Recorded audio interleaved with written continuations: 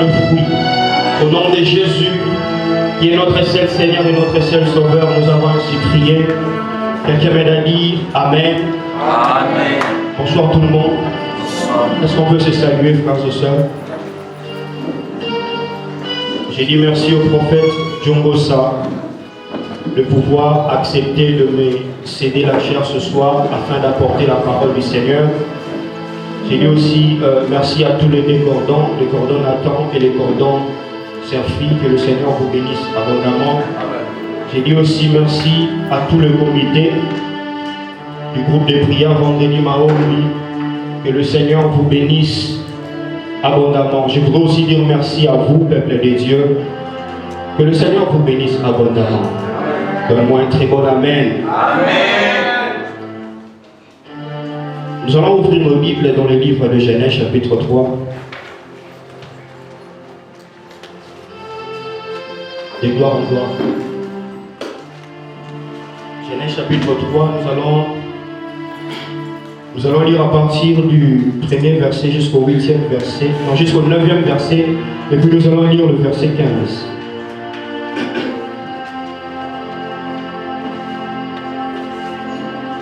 Genèse chapitre 3, verset 1 à 8 à 9, et puis le verset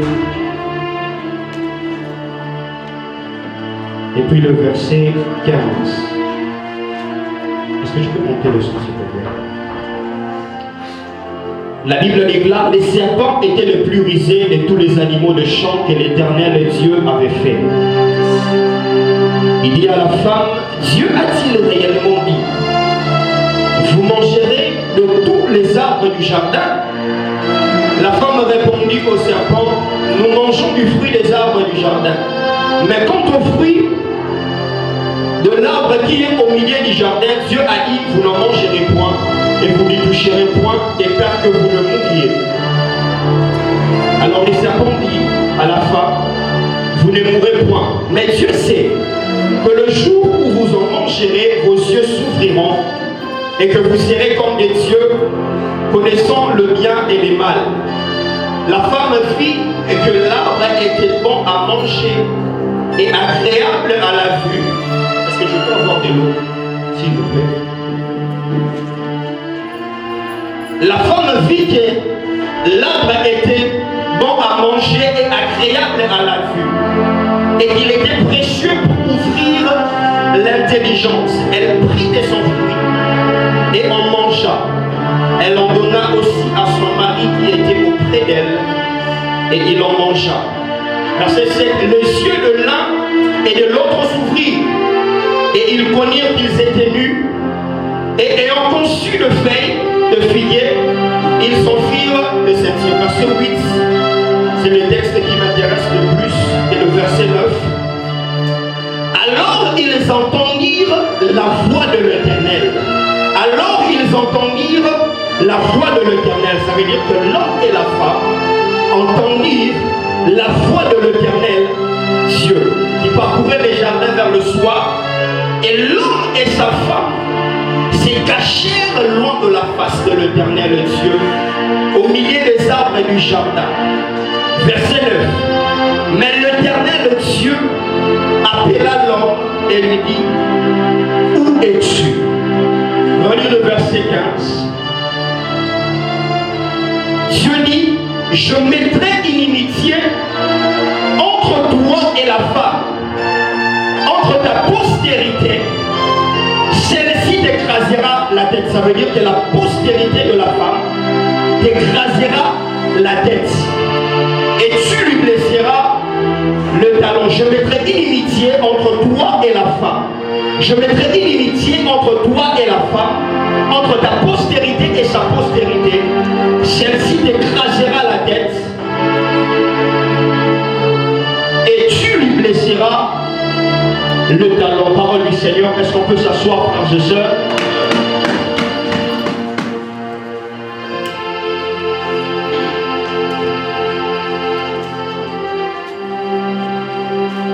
Que le nom du Seigneur soit béni ce soir.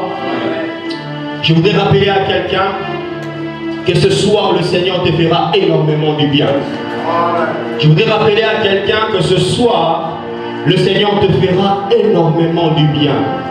Je crois au plus profond de moi qu'il y a quelque chose venant de la part du Seigneur qui entrera dans ta vie et changera beaucoup de domaines dans ta vie. Il y a quelque chose de la part du Seigneur qui quittera la réunion de prière de ce soir et bouleversera les données du monde de ténèbres dans ta famille. À cause du fait que tu as accepté d'être ici présent, je crois au plus profond de moi que le Seigneur ne te laissera pas sortir de ces lieux tel que tu es entré. Je pensais que j'étais en train de parler à quelqu'un. Depuis des vendredis déjà, l'homme de Dieu qui est le visionnaire de ces groupes de prière est en train de développer sur le thème Dieu cherche un homme. Est-ce que tu peux dire à ton voisin, Dieu cherche un homme?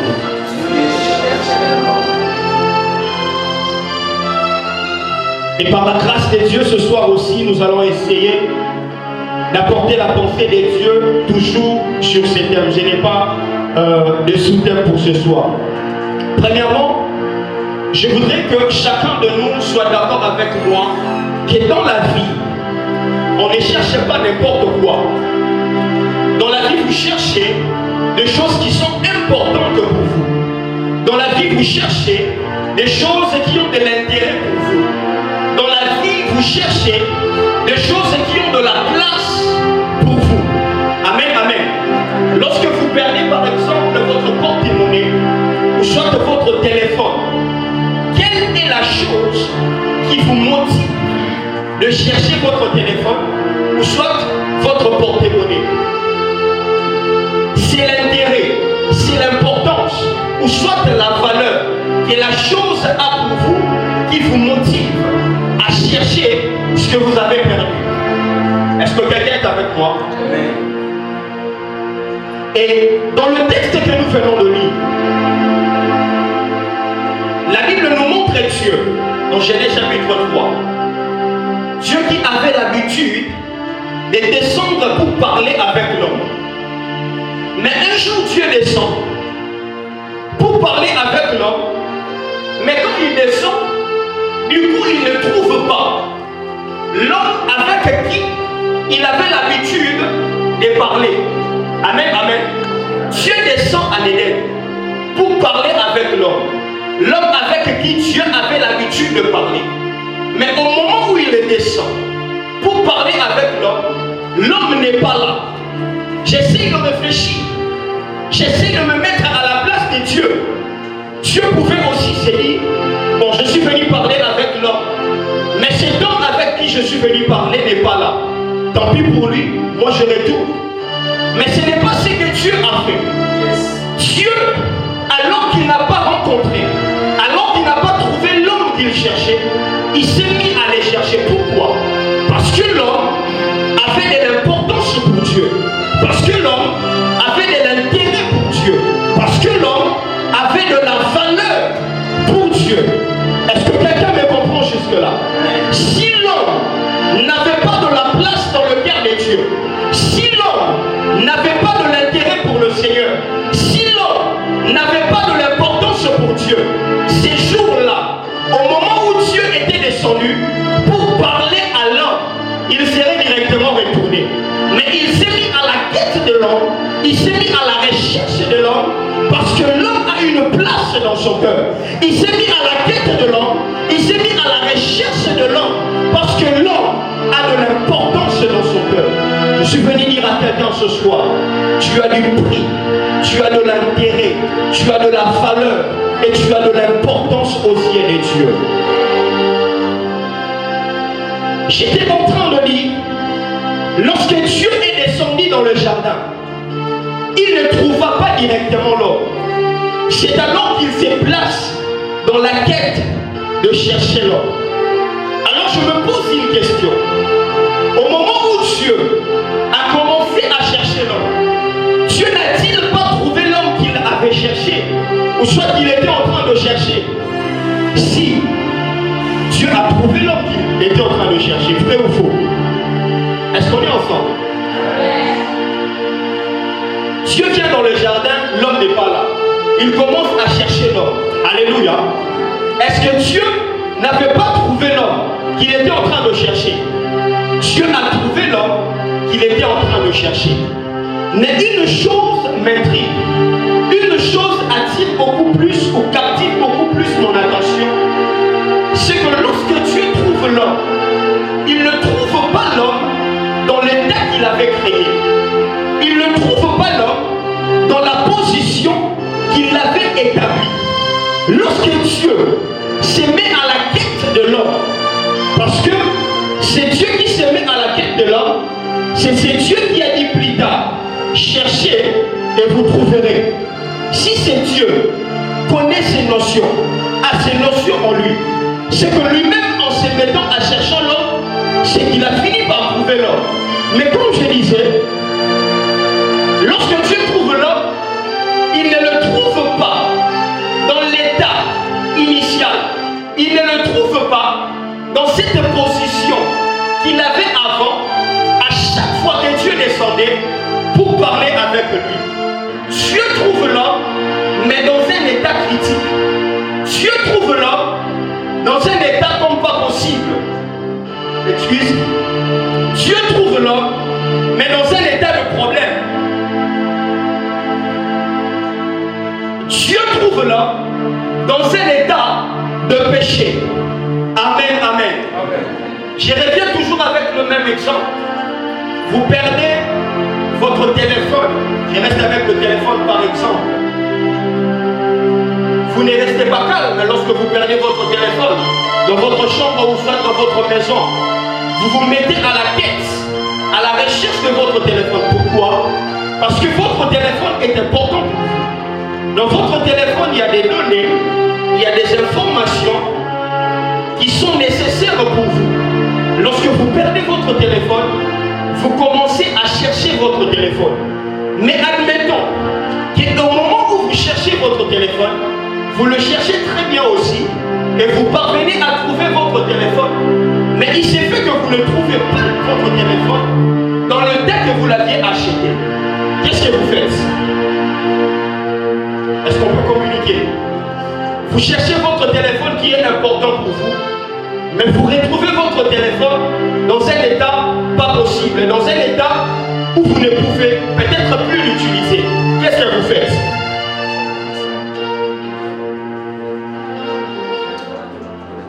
Vous faites quoi? Réparer. Réparer, c'est une option. On les récupère pour les faire réparer. On les récupère pour le faire réparer. Bon. Généralement, lorsque vous retrouvez votre téléphone, ça ne peut pas nécessairement être le téléphone. Ça peut représenter tout ce qui a de l'importance et de la valeur et de l'intérêt pour vous. Lorsque vous les retrouverez, mais dans un autre tas, sinon que le tas que vous l'aviez peut-être acheté ou soit acquis, vous avez principalement trois options. Soit que vous jetez la chose, alléluia, soit que vous le jetez. Deuxièmement, comme le bien-aimé ont dit, soit vous prenez la chose pour aller les réparer. Et si la chose est irrécupérable au moment où vous l'amenez à la réparation, vous avez une troisième option, c'est de vous en trouver une autre. Est-ce que quelqu'un est d'accord avec moi? Alléluia. Et Dieu, lorsqu'il est descendu en Éden, il commence à chercher l'homme.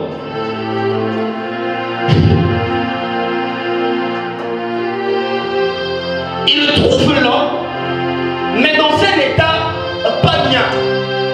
Il trouve l'homme dans un état critique. Et Dieu ne pouvait pas jeter l'homme, de manière à ce que l'homme puisse se perdre pour du bon.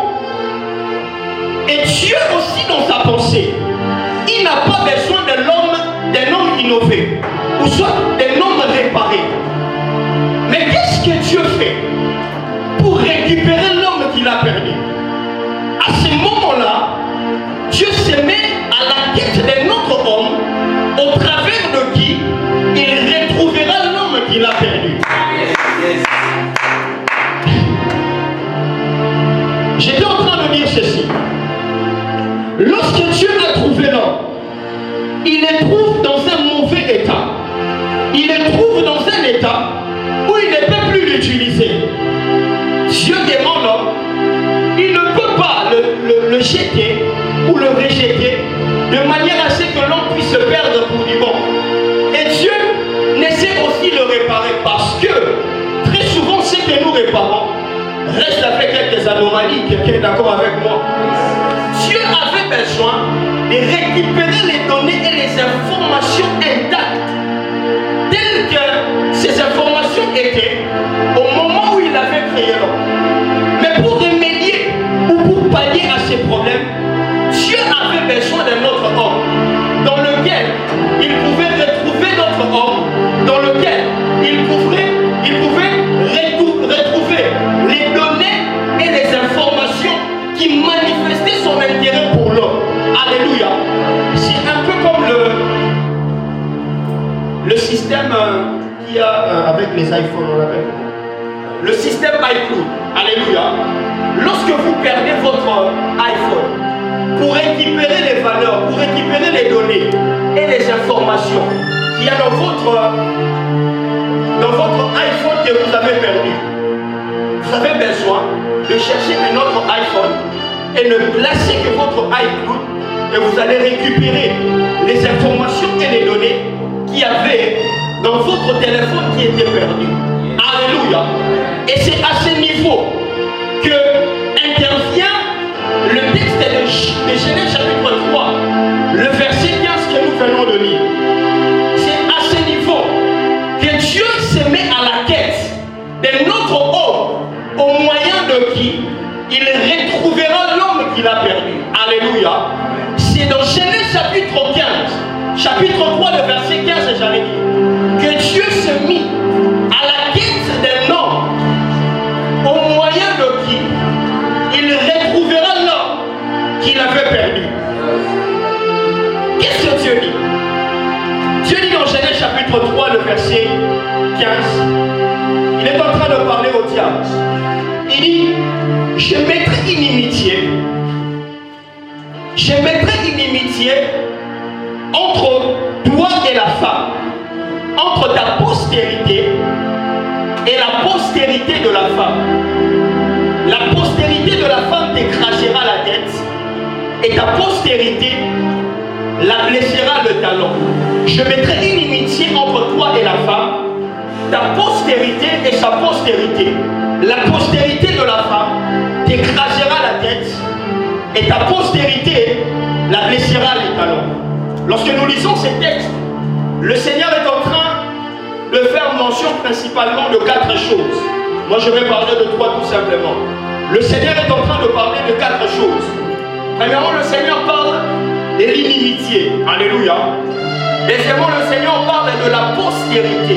Amen, amen. Amen. Troisièmement, le Seigneur parle du plan de la rédemption. Alléluia. Celle-ci t'écrasera la tête. C'est le plan de la rédemption. Quatrièmement, le Seigneur parle de la bataille d'Armageddon. La postérité de la femme doit blesser les talons de la postérité du Christ. Moi, je vais parler de l'inimitié, de la postérité et du plan de la rédemption. Est-ce que quelqu'un est avec moi ce soir? Amen. Généralement, lorsqu'on parle de l'inimitié, on fait allusion à la guerre.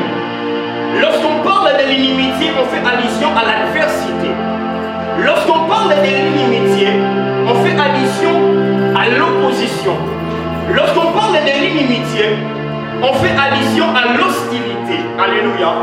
Le Seigneur disant au diable que je mettrai inimitié, ça veut dire à partir d'aujourd'hui, je déclare une guerre avec toi. À partir d'aujourd'hui, je déclare encore une bataille avec toi. Mais cette fois-ci, cette bataille ne se passera plus au ciel, mais il se passera sur la terre. Est-ce que je parle à quelqu'un ce soir?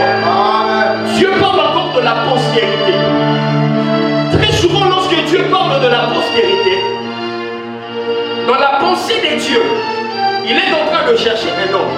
Alléluia.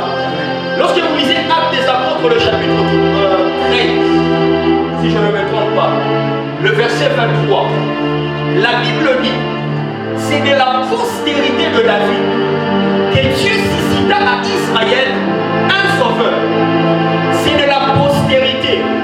David que Dieu suscita à Israël un sauveur. Ce n'est pas beaucoup de sauveurs, un sauveur. Ça veut dire que c'est de la postérité de David que Dieu a cherché un homme qui sera le sauveur. C'est pourquoi je venais de dire, lorsque Dieu parle de la postérité, en réalité, il est en train de chercher principalement un homme qui va susciter dans une période bien définie pour travailler contre tout le système opératoire du diable ou le système qui manifeste la puissance du diable. Alléluia. Lorsque Dieu parle de la postérité, il est en train en fait de chercher un homme dans cette postérité. Ce n'est pas tous ceux-là qui sortiront de la lignée de la femme, de la postérité de la femme, que Dieu va choisir, que Dieu va utiliser dans cette inimitié qu'il fait avec le diable. Mais Dieu, dans la postérité de la femme, dans chaque période, il suscite toujours un homme. Il cherche toujours un homme pour combattre, pour travailler contre le système et le mode opératoire du monde de ténèbres. Est-ce que je parle à quelqu'un ce soir? Est-ce qu'on se comprend bien jusque-là? Amen. Et troisièmement, le Seigneur parle du plan de la rédemption. Et c'est exactement là que le Seigneur a trouvé cet homme au moyen de qui il pouvait tout faire. Alléluia. Cet homme de Jésus. Amen, amen. C'est par le plan de la rédemption que Dieu s'est choisi un homme pour l'introduire sur la terre afin qu'il puisse accomplir un bon nombre de choses que nous allons voir très bientôt. J'étais en train de dire, quand Dieu parle de la postérité, très souvent il est en train de chercher un homme. Et tout le genre que Dieu a suscité pour travailler contre la manifestation ou soit la manière d'opérer du diable, tous ces hommes, en quelque sorte, n'étaient qu'en train de frapper le serpent par la queue, n'étaient en train de frapper les serpents par les côtés. Mais qui est cet homme que Dieu avait besoin pour écraser la tête du serpent? Parce que Dieu a besoin non seulement d'un homme ou d'une femme qui peut, n'est-ce pas, être en guerre avec le diable, mais il a aussi besoin d'un homme ou d'une femme qui doit écraser la tête du serpent. C'est pourquoi je vous ai dit, Dieu s'est choisi Christ. La Bible déclare dans Hébreux chapitre 10, le verset 5. La Bible dit Christ, entrant dans le monde, il dit à Dieu, tu n'as voulu ni sacrifice ni holocauste, mais tu m'as formé un corps. Ça veut dire que tu as fait de moi un homme. Et dans quelques textes après, il dit, c'est pourquoi je viens pour accomplir ta volonté. Dans Genèse 3,15, la volonté de Dieu est que la tête du serpent soit écrasée. Avant Christ, Dieu s'est choisi dans la postérité de la femme un bon nombre d'hommes. Je peux citer Moïse par exemple. Il vient de la postérité de la femme. Dieu l'a suscité en Israël pour travailler contre le diable, pour travailler contre la manière d'opérer du diable. Que dire de l'époque des juges, des rois et des prophètes? Dans cette période, le Seigneur ne travaillait pas généralement avec tout le monde. Dieu cherchait toujours un homme qu'il suscitait.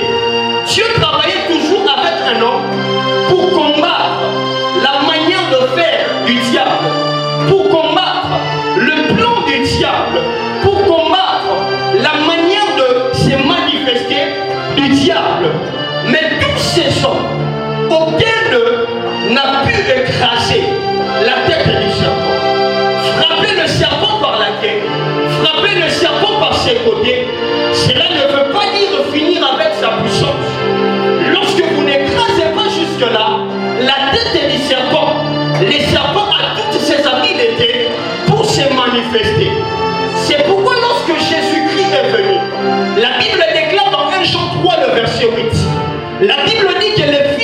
cieux, apparu afin de détruire les œuvres du diable. Détruire les œuvres du diable, c'est frapper aussi le diable par la queue, c'est frapper aussi le diable par ses côtés. Mais ce que j'aime avec Jésus, Jésus ne s'est pas limité là. Jésus n'a non seulement frappé le diable par la queue, Jésus n'a non seulement frappé le diable par ses côtés, mais Jésus a aussi écrasé la tête du serpent. Et à ce moment-là, la volonté de Dieu a été accomplie. Dieu pouvait se dire, ça y est, cette fois-ci j'ai trouvé l'homme qu'il me fallait, qui allait me faire taire la puissance du diable. Écraser la tête du serpent, c'est finir avec le monde opératoire du diable. C'est finir avec toutes les habiletés du diable. C'est pourquoi la Bible déclare dans Colossiens chapitre 2, le verset 15, à la croix, Jésus a dépouillé le diable de toute son armure. À la croix, Jésus a dépouillé le diable de toute sa puissance. Est-ce que je parle à quelqu'un ce soir? Généralement, le serpent est un reptile dont toute sa force est concentrée au niveau de sa tête. J'étais en train de dire, le serpent est un reptile dont toute sa force est concentrée au niveau de la tête. Si vous saisissez le serpent par la tête, il aura la facilité de vous piquer. Il aura la facilité de vous mordre. Si vous saisissez le serpent par ses côtés, il aura la facilité d'agir. Mais si vous voulez taire l'activité du serpent, écrasez-le la tête. Je crois ce soir que la racine du problème de ta vie sera écrasée dans le nom de Jésus. J'étais en train de dire à quelqu'un, je crois que là où la sorcellerie siège dans ta famille, ce soir, à cause de la puissance du nom de Jésus, la source et la racine de la sorcellerie dans ta famille va être écrasée au nom de Jésus. Je ne sais pas pourquoi tu ne dis pas Amen.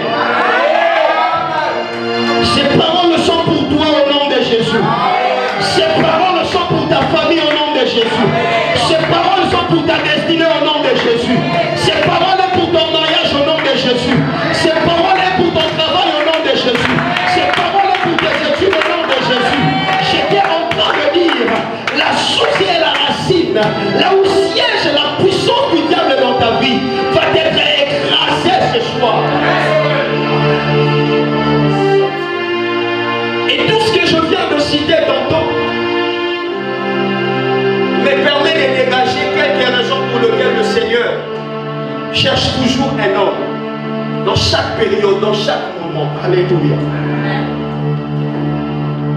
Je n'ai pas voulu citer tous ces gens que Dieu a cherché et a trouvé pour travailler contre le mode opératoire du diable, pour travailler en hostilité contre l'ennemi. Il y en a plein.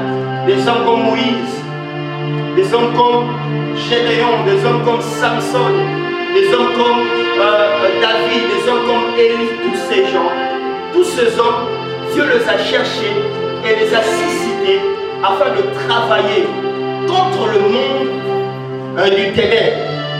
Et j'étais en train de dire, tout ce que je viens de dire avant me permet de dégager quelques raisons pour lesquelles Dieu cherche un homme. Et je voudrais encore enfoncer le clou pour dire, Dieu ne cherche pas des hommes, Dieu ne cherche pas un groupe d'hommes, mais Dieu cherche un homme. Pourquoi? Parce que dans la manière de faire de Dieu, Dieu part toujours du particulier au général. Alléluia. Dieu part toujours du particulier au général. Lorsque Dieu veut opérer dans une nation, lorsque Dieu veut opérer dans une famille, lorsque Dieu veut opérer dans un clan, il ne viendra pas chez tout le monde. Quelqu'un est avec moi. Si Dieu veut opérer dans ta famille, il ne viendra pas vers tout le monde. Si Dieu veut opérer dans ton université, il ne viendra pas vers tout le monde. Si Dieu veut opérer dans la société dans laquelle tu te retrouves, il ne viendra pas vers tout le monde. C'est un Dieu qui parle du particulier au général. il cherchera toujours un homme. Alléluia. Et moi je crois au plus profond de moi que tu es l'homme que Dieu est en train de chercher. Je crois au plus profond de moi que tu es la femme que Dieu est en train de chercher. Pour ta famille, Dieu a besoin de toi. J'étais en train de dire pour ta famille, Dieu a besoin de toi. Je n'ai pas besoin de comprendre les choses qui se passent dans ta famille. Tu es mieux placé pour comprendre ce qui se passe dans ta famille. Et tu dois comprendre combien ces choses sont sérieuses. Et Dieu a besoin de toi pour finir avec ces choses. Dis à ton voisin, Dieu cherche un homme. Dis à ton voisin, Dieu cherche un homme. Dis encore à ton voisin, Dieu cherche un homme. La chose numéro 1, pour ceux qui sont en train de crier, Dieu cherche un homme, comme je l'ai dit en haut, pour que par lui, il récupère d'autres hommes. Dieu cherche un homme, pour que par lui, il récupère ce que sa société a perdu. Dieu cherche un homme pour que par lui, il retrouve des valeurs qu'un clan, une société ou un groupe de personnes a perdu pour lui. Je me suis toujours posé la question. Lorsque la Bible dit, crois au Seigneur Jésus, la Bible dit, crois au Seigneur Jésus, tu seras sauvé toi et ta famille. N'est-ce pas que le salut est individuel? Est-ce que je peux parler à quelqu'un ce soir? Amen. N'est-ce pas que le salut est individuel? La Bible dit crois au Seigneur Jésus, mais tu seras sauvé toi et ta famille. Est-ce que même dans ces textes les salut est toujours individuel? Parce que le croire est au singulier. La Bible dit crois. La Bible ne dit pas croyons. La Bible ne dit pas croyez. Mais la Bible dit crois. Mais le salut viendra vers toi. Mais aussi ta famille. Est-ce que je parle à quelqu'un ce soir?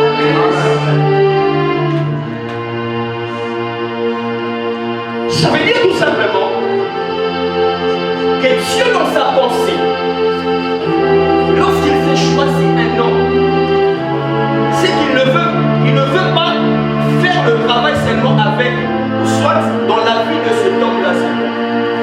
Lorsque Dieu s'est choisi un homme, Dieu ne veut pas changer ou transformer la vie de cet homme-là. S'il arrive dans votre famille, que Dieu puisse élever quelqu'un. S'il arrive dans votre famille, que Dieu puisse bénir quelqu'un. S'il arrive dans votre famille, que Dieu puisse transformer la vie de quelqu'un.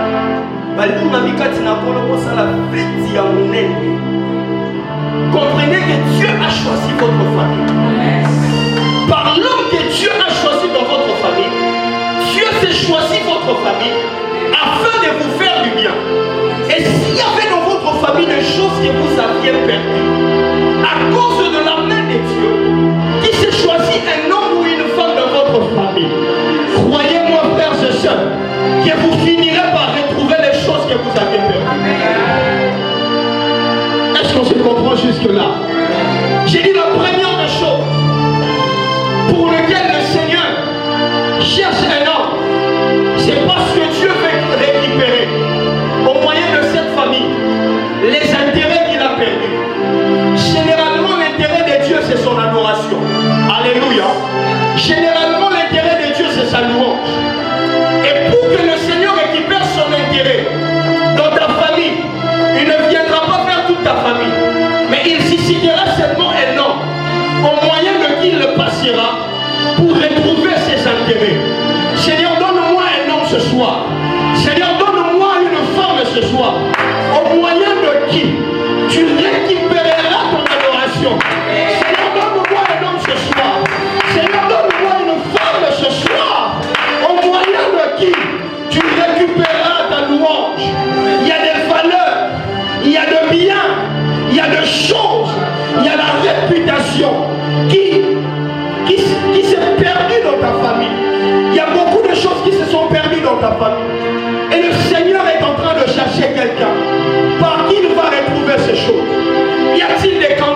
choix? Y a-t-il des gens qui peuvent postuler à cette élection? Y a-t-il des gens qui peuvent se manifester et dire à Dieu, je suis là, choisis-moi pour récupérer la chance de la vie. Donne-moi quelqu'un ce soir. Donne-moi quelqu'un ce soir. Donne-moi quelqu'un ce soir qui se révoltera face à cette marche. Je prie pour cette personne ce soir. Je prie que tu me donnes cette femme ce soir par qui tu passeras pour changer l'image de toute une nation.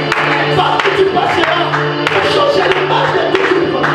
Par qui tu passeras pour changer l'image de toute une génération.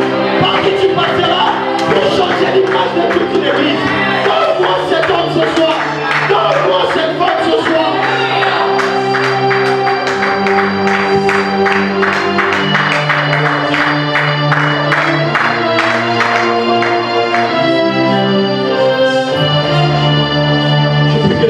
Cette femme soit sélectionnée ce soir. Deuxièmement, Dieu cherche un homme pour résoudre le problème de la terre. Lorsque l'homme et la femme ont péché, le péché était devenu le problème de la terre. Et pour que Dieu puisse résoudre ces problèmes, il avait encore besoin d'un homme. Je prie dans le nom de Jésus que tu sois l'homme et la femme que Dieu va se choisir pour résoudre le problème de ta famille. Je prie dans le nom de Jésus que tu sois cet homme et cette femme que Dieu va se choisir ce soir pour résoudre le problème de ta famille. Que Dieu accepte de passer même par toi pour que le problème que nous vivons dans notre pays puisse trouver sa solution. Ainsi, je déclare sur la vie de quelqu'un que Dieu fasse de toi une solution pour les nations. Je déclare sur la vie de quelqu'un que Dieu fasse de toi une solution pour des nations. Que Dieu fasse de toi une solution pour des familles. Que Dieu fasse de toi une solution pour des tribus. Que Dieu fasse de toi une solution pour des générations. Que Dieu fasse de toi une solution ce soir. Je libère cette option dans ta vie.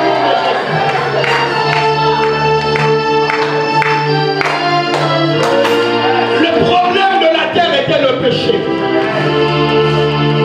Frère, lorsque Dieu fait de toi une solution, les hommes te chercheront. Alléluia. Amen. Et au chapitre 5, le prophète Élisée se retrouve en Samarie. Mais un général, un homme dignitaire, rempli de richesses, malade, ayant des problèmes au niveau de son corps. Vous ne connaissez pas, même moi aussi je ne sais pas, le trajet qu'il y a, ou soit la distance qu'il y a entre Syrie et Samarie. Mais on vient dire à Naaman qu'il y a un prophète en Samarie. Oh, un prophète solution. Un homme solution. Je peux encore déclarer sur quelqu'un que Dieu fasse de toi un homme solution. Que Dieu fasse de toi une femme de solution. Et lorsque Dieu fera de toi un homme et une femme de solution, les gens te chercheront. Pas à cause de ta beauté, pas à cause de ta taille, mais à cause de la capacité que Dieu a placée en toi d'apporter des solutions. On dit à Naaman, si Naaman pouvait se rendre en Samarie, il y a un homme à Samarie, si seulement Naaman se rend vers cet homme, il sera guéri de sa lèpre.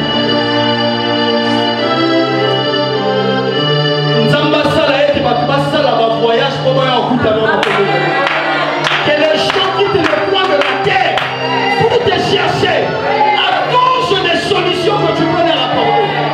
Oh my God, je suis en train de sortir l'onction de Dieu sur toi. S'il te plaît, ouvrir ton cœur.